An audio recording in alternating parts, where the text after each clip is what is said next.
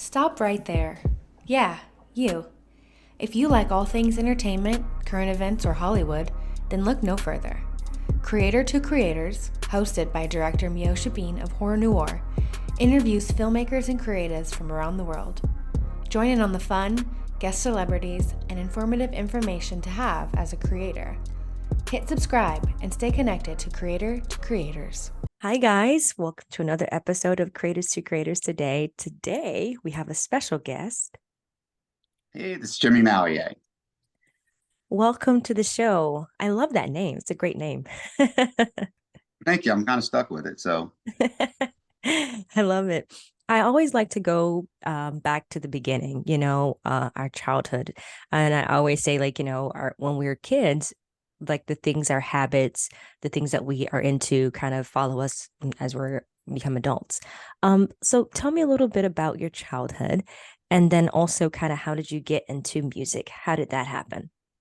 okay. I was born on Galveston Island. It's a little bitty island in Texas. So it was a very small community, great childhood. I have four brothers and sisters, and my parents were married their entire life, kind of a good little Catholic, strong Catholic family and community, and great place to grow up. Loved it. And I actually learned to play guitar from a nun in seventh grade. So that's Wow. kind of how it started. And That's amazing. yeah, and so I played through junior high and high school, and then actually I put down the guitar for like um, 40 plus years, 50 years, something like that. Wow. That's incredible. So you were so a nun taught you how to Yeah, play. nun taught me how to play guitar. That's like sounds like a great opening for a movie, and then it just kind of Right? I love that. I love Uh, it. yeah, there's even like yeah. When I started up again, I was like I said, it was later in life, about 16 years ago. I started playing again and writing songs, and the guy I play with laughs because I just have one pattern that just it comes really natural to me. And I always kind of it's my go-to picking pattern, and we call it the nun pattern. Nice. That's cool. That's so cool. I never actually learned any instruments. I actually, well, not really technically. I self-taught myself how to play the drums, but I haven't played in years. So it's something I picked up because everything else was kind of too hard to learn. You could bang a drum, huh? Yeah. Uh, I don't know. I'm very envious of drum players because they seem to do more at one time than any other instrument. I don't know. I don't know. Maybe that's how I get rid of my anxiety, my issues. I'm like just jamming on it's a great way to let it all out. So first of all, let's get into that. Your single. I really enjoyed. That was really fun. That was really nice. And honestly, I love that the vulnerability of what you're talking about. It's super refreshing to hear, that it's like your story, like you're just telling your honest truth. And we don't hear that enough in this music business. Like the songs nowadays are um very, it glorifies actually, Yeah. that fast-paced life, drinking and parties and women and sex. Hmm. um Tell me a little bit about the process of making Hey Hey, and like what, like the title from that, why Hey Hey, and then just the process of the whole thing. How did you come up with that? Yeah, it's kind of interesting. I mean, I'm obviously if this song is pretty much me. I'm a recovering alcoholic. I've been in a program for 3 years, and I was actually just driving in the car and being part of certain programs. You're really not they're anonymous, so you're not supposed to say the program. And so, hey, hey, kind of just came to mind, and from there the song evolved. And it was a fairly easy song to write. I almost don't tell the police wrote it driving because it was so fast to me, you know. And so a big part of it was done there. But it is a song about the road to recovery after somebody like me, and it is unusual for people to get into recovery after 40 plus years of drinking, but that's what I did. And I wanted the message to get across that it's a journey and it's a decision and it's a pretty heavy subject, But when I finished it, I said, I don't want it to be a really sad song. What I want to convey is that there is joy and fun and recovery, Yeah. Yeah. And so I said, and actually, I want it to sound like a bar song. And you know what? Sing along. Um, and that's how it developed into what it is. I love that. No, and it does actually. It actually does. But you're right that it is fun, and what you're saying, it is that. And I think, you know, you almost kind of like want to go, like when you hear a song about that particular topic, you're thinking it's super sad, and Right. it's like, but it's great and that you have this kind of attitude. And I love what you said, that it's a decision. Um like, what kind of got you there for yourself? Because I know, I mean, everybody's dealing with things and, different things like that. But what made you want to say, I need a change in myself, like I need to change it? Well, I was, and I hate to really use the term, but a high functioning alcoholic. I was very successful throughout my life. I raised my daughters. I did some pretty big things and very involved in the community. And um, but I think it's always for people like me, it's on the fringe before you go too far, basically, and you hit rock bottom, which is in the song. And you know, it's for me, it was COVID, and I had a business that wasn't doing that great. I was not in a great relationship. Things weren't going well with the family, and it just seemed to like snowball on me. Hmm. And actually, the funny story, the deciding factor to make me go to a 12-step program was I was talking to my therapist on Zoom, because everybody's on Zoom, right? It was COVID Yeah. time. So I'm talking to her on the phone, and she asked, how's your drinking doing? How's all that? And I'm like, great, great. And I would cover up the camera and chug. Oh, And wow. the most disgusting thing in life I could have ever done. And so that was it just hit me really hard. And I said, I can't do this anymore. And so Yeah. I called the local place and said, where can I go to a meeting? And never turned around. That's beautiful. And I read something that about the 12-step program. So I'm Mhm. not really familiar with that. If you can like elaborate on that and like what that consists of. There are different ones and programs for I guess for different addictions and things, but the one I'm in is fairly well known. But it's you go in and you go to meetings and you follow a 12 steps, basically, of recovery. And but really, more than anything, if you get into a really good one, it's a lifestyle change. It's not a matter of stopping drinking, it's a matter of changing your life. uh, Mm, because if white knuckling it, as we call it, is no fun. Just saying, I'm not going to drink, I'm not going to drink, and actually it's impossible for people like me. There's a line in the song that about, yeah, giving up your will to God. mhm. I'll take God's will, not mine, literally means I have kind of hand it over to him and let him guide me, and that worked for me. you know Yeah, absolutely. And I love that because being a myself a PK kid, I totally resonated with that. I was like, you have to, like, you hear about all the things growing up, you hear, do this, do that, because the Bible says, and then you get older and then life hits you, and then you're just like, okay, God, you're still yeah. here, That's right. Coming back, checking in. checking uh, in.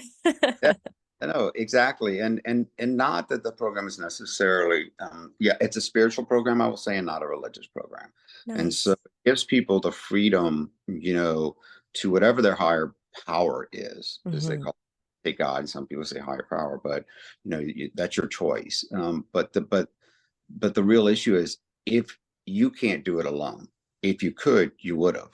I Right. mean, in all honesty, I mean, obviously, if we could, for people that are addicts or alcoholics, if we could have stopped, I mean, we would have.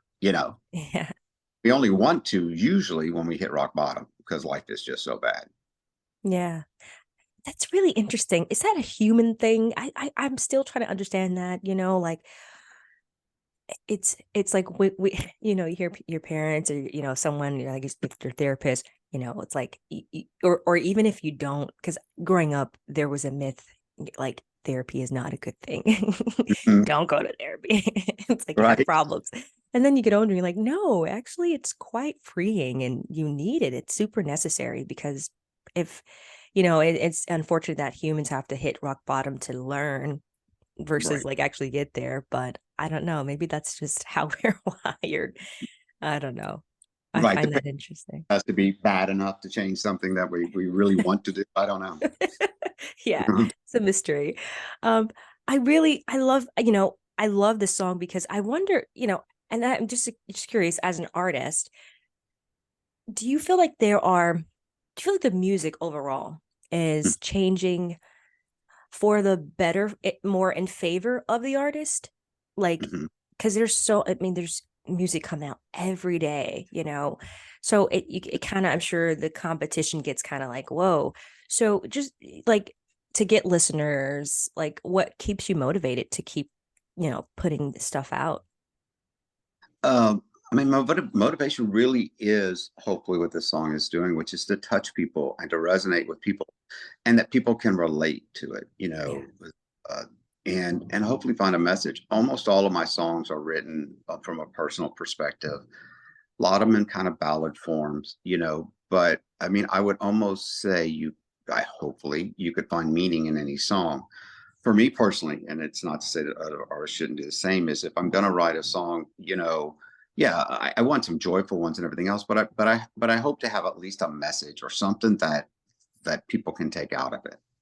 Right. Yeah. And it does. I love that. And good for you. So okay, a very fun question that I love asking. If you could be managed by any artist, living or dead, who would it be and why? Oh God, what a great question. Managed by any artist. Uh that is such a great question. Um, I mean, it'd have to be somebody with longevity. Uh, and an odd one is Jim Prosey, who passed years ago and never reached his real potential, but he sang what he liked to sing. He was a storyteller and died a tragic death in a plane crash, really before he probably peaked. And Oh and I man. just, he was awesome and incredible. Um, and another would be probably like Willie Nelson, simply Oh because yeah. Yeah. you know can't beat Willie. I mean, he didn't care. I don't think that he often sang to the masses. He sang, what he liked to sing, and a lot of them are just joyful, fun songs. Uh, that I think for him they were experiences, and he's just an incredible artist all the way around. Oh You know, yeah. Oh yeah. I mean, still to this day, right? The yeah. music is just That's what I want because I'm going to have to get to 90. I started so late, so that's you got another reason. you got this. You will. You definitely will. You know, I find it interesting when you see, like you just said, that the Willie Nelsons, like people like that, like or Michael Jackson, like the classics, like it's Yeah. like they did it their way, and Mhm. and they didn't conform to what the I don't know the masses or like the industry says, like is the this is what you should how you should make, and this is how you thrive. But you see that kind of music thriving all that, like being Okay. pushed. It's kind of crazy. It's like, Yeah. whoa, what is this? Yeah. I mean, I would choose rather to be able to own my own music and have it done the way that I want it done than Mhm. make a whole ton of money, because otherwise it's pointless, right? I Yeah. mean, it's not yours once that you hand over that creative control and they change it and they turn something that you've created to mean one thing and all of a sudden it just becomes a party song, or something like that. Right. And you're like, wait, what? Yeah. This is about the death of my mother. How in the world did it become a bar song? Right. Right, exactly. Yeah, no, I actually used to do a lot of music videos before I got into film. And I think that's why I got out of music videos, because there wasn't the creativity was lacking. So I would, shoot a lot of like, it was kind of the same kind of concept, even if it was a different artist.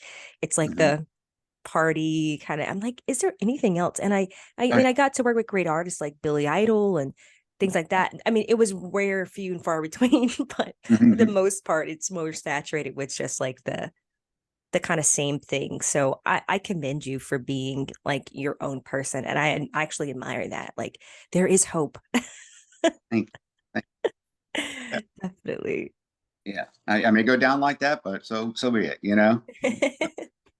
You know, I love what you said about, you know, in COVID, like that's when everything like you realized, I think a lot of people actually too, even myself, I actually started this podcast during COVID because I was talking to my plants. I was like, this is not healthy. I cannot just talk to the air. I have to do something. Um, and this was like, it's like therapy, hearing stories and, you know, I love that. And so my question to you is, do you feel like, and God, thank God we're out of that and that will never happen again, hopefully. um, do you, what was the biggest takeaway that like I don't know, like you learned about yourself in those moments? Well, COVID, yes, I hope it never gets back, especially to the level that it was. But, Yeah. kind of finds a blessing. And actually, the blessing was that I finally admitted I was an alcoholic and I could not do it on my own. Mm, And sought help. And if it had not been for COVID, I don't know if I would have done that, So actually, something really miraculous, incredible came out of COVID. yeah. For me personally, it was a really deep, dark, horrible time for me. But from that, I grew. And my life is so different now. I don't know if it would have happened without COVID. COVID. I keep saying that COVID, because for me personally, I became that thing I never wanted to be, which is, you didn't have to go to work. There was no time or space or anything. You were just inside for, felt eternity. And so drinking at, 8 or 9 in the morning wasn't so odd. Who cares? Mm. The noon is no different than 9. It's no different than 5, so Right. it caused me to go to a deep, dark place, which also caused me and led me to recovery, which is a great thing. It's a great thing. Yeah, the something bad turned something good came out of that. And that's a beautiful thing. I love that. That's great. Yeah. I think for me what I learned out of it was, you know, well, obviously the podcast too, that was great, but I think it was stuff that trauma things that I never addressed in my Mm. childhood. And it was fate. I was faced with them and I was like, okay, Miosha, we're going to get a therapist. That's what we need. It's So amazing what alone time can do to introspection and self-development, because we're in COVID. It's really, you might have somebody living with you, but you're yeah, still really alone. There's no social interaction or influence, and so you're left with yourself. yeah, it's true. Now, do you feel like now that we're out of it, do you feel like it's like a weird, like, do you think like the social norm is a little different? Just like even, or do you think people are still warming up to the idea of like togetherness? Like I felt like it took me a Right. while. I mean, it took a long while. I do a lot of social things and community involvements and charity work. And so, all events were suspended, for a couple of years. Yeah, And the first time, I found going, and I'm a very social person, I'm a big hugger. And I me found too. myself even like, well, as soon as I'd see people, it's like there was a hesitant pause about, can I hug them? Am I okay, we're not wearing masks, but should we stand 5 feet apart? Are we allowed to hug? It was so strange. Like I'd lost all social norms, um, don't Yeah. shake hands, Right. or at least, put on some sanitizer first, then shake their hand. Right. Yeah. Yeah. It was interesting. Yeah, I'm glad. I'm glad it's feeling a lot better though now. Thankfully, thank God. Uh, Um, I love what you said in your bio. You said if your life actually could be like a Netflix series. And mhm. and I love that. But I was wondering if okay, so if that your life was a Netflix series, what would the title to your series be? Oh God. Yeah, it almost have to be something like the life and times of Jimmy Mallia. I mean, when I say that, I'm not kidding. If you span my lifetime, and everybody that knows me would say this, I've had the most unusual things happen to me, not always great, and things like, you got to be making this up. And I'm like, no, I can't. This is really what happened, Yeah. you know. and there's so much of it. The first joke was, Jimmy, you should write a book. This is unbelievable. And then as my life continues, they're like, well, you can't write a book. You'd have to be like a series. And then when Netflix came out, they're like, oh, that's made for you. You're a Netflix series. Some tragedy, a lot of comedy, a lot of drama, just, That's really cool. And I was like, I wonder what that title would be. That would be yeah, interesting. Hey, yeah. hey, you never I'm not, know. other than Lifetimes, Jimmy, I don't know. That's a great, great question. I love it. I love asking, like throughout our life, we meet certain people that either kind of impact us or just kind of leave an imprint on our life. And Mhm. whether that is a mentor or someone passing, is there anything like a quote or something that it just or that's experiencing that person that you took away that you kind of keep in your, I don't know, your memory bank, like when tough times do come? Like I said, people wise, I was so incredibly blessed to grow up on Galveston Island, and I attend a really small high school. And we just had our high school reunion, as a matter of fact, and Oh, nice. yeah, it was really, really, really nice. And the one of the attendees was a Mike Janota, who is an English teacher who really influenced me in some ways he never knew. And our coach, our football coach, because I played high school football, who taught me more of like believing in yourself, determination. I'm not a big guy, but I worked out really, really hard and became captain of the football team, and that was all due to him. So in the goals I reached, I also had huge stage fright, but my English teacher, Mrs. Telchek, pretty much forced me up on stage to do. So what bigger fear is that? You don't really want to sing in front of me, and all of a sudden you're in a musical in front of all these people. And I actually laughed. I think I sent her a message that says, well, 40 years after you forced me on stage, maybe I'll get back on it.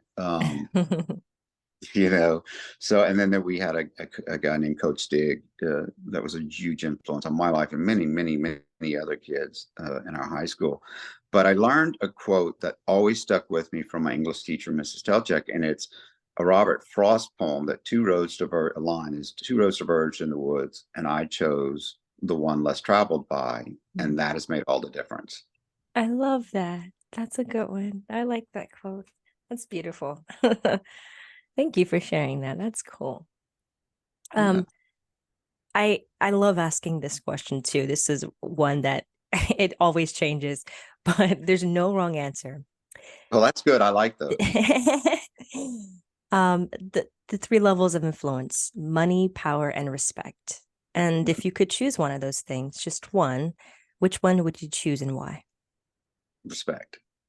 Uh, Nice. uh, you know, honestly, I would think or hope it doesn't always follow, but if you have respect, the others could follow.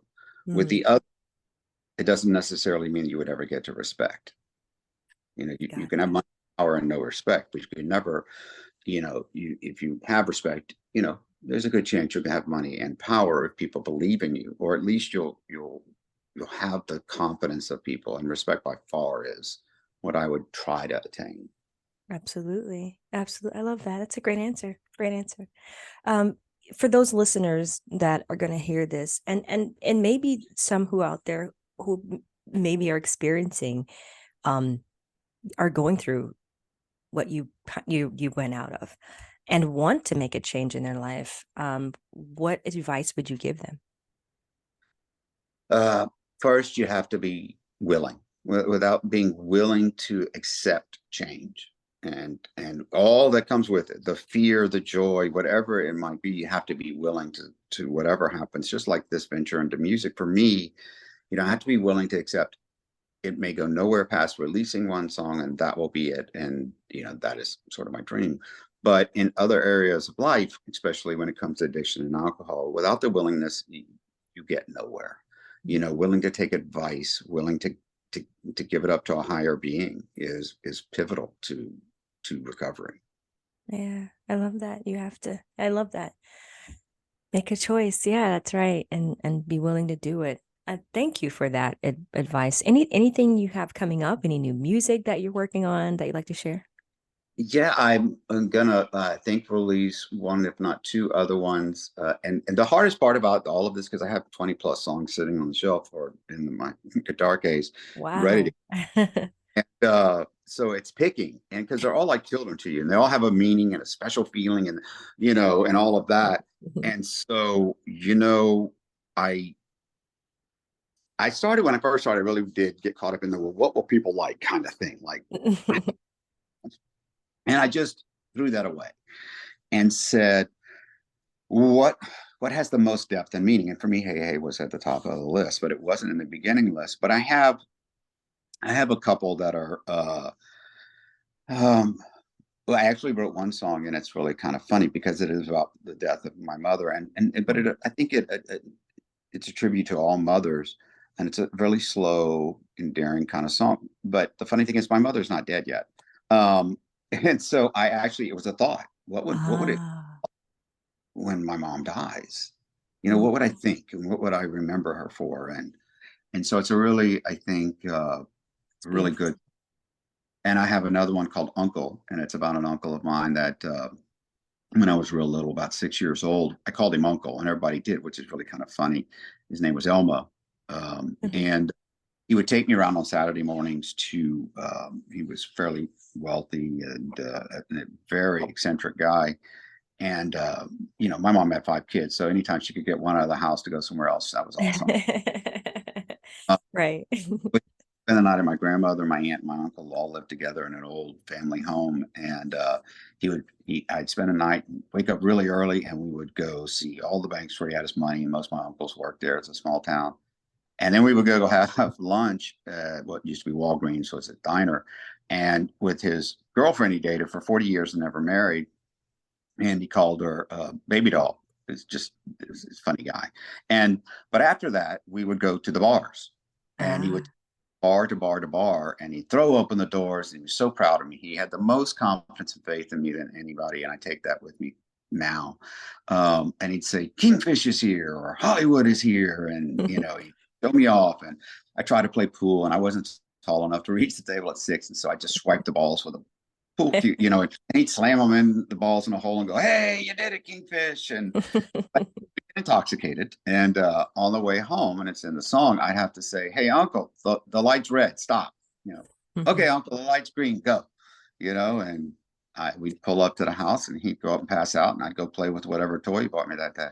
Oh, wow. That sounds great. Yeah, I can't wait to hear this. Do you, by the way, how in like are involved in the studio process of making your music? Do you just go in there, or are you like producing as well?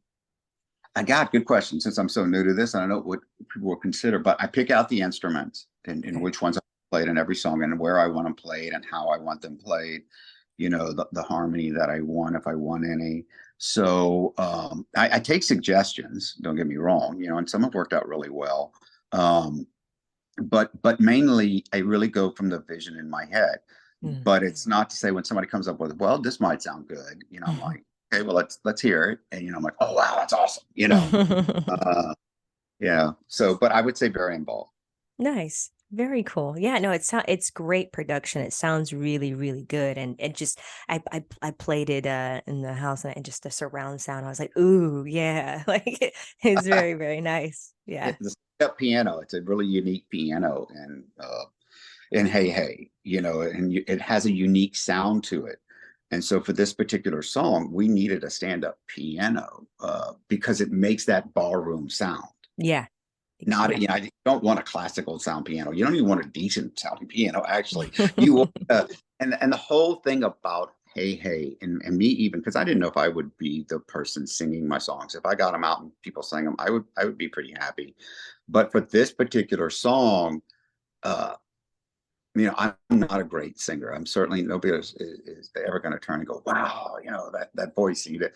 But for this song, it fit because it's not a perfect song, and it's about imperfection. It's Mm, exactly what it's about is imperfection, and so I wanted that in there. The imperfect piano, probably the imperfect voice, to carry the message. beautiful voice. No, you have a great voice. It's a great voice. I was like, oh. Thank Yeah, you. very good voice. Very good voice. Congratulations on your single, and I wish you all the best in your music endeavors and in life. I love it. And thank you for coming on and chatting with us. Like, it was great. Oh, thank you so much for having me. I really appreciate it. Of course, come back anytime. Oh, where can people find you on social media and all the things you have going on? Yeah, the bottom most articles I'm on Facebook and Instagram, and it's under my name, Jimmy Mallia, maybe under James, the formal name that was never really mine, but Jimmy Mallia. The song is on Spotify. It's doing fairly good, so please go listen there. And then yeah, look me up on Facebook. All right. Yes, go listen to the song. Go follow. Yes, yes, yes. That's what we need. And thank you again. And thank you all for listening. And always remember to live, love, laugh. We'll see you guys next time.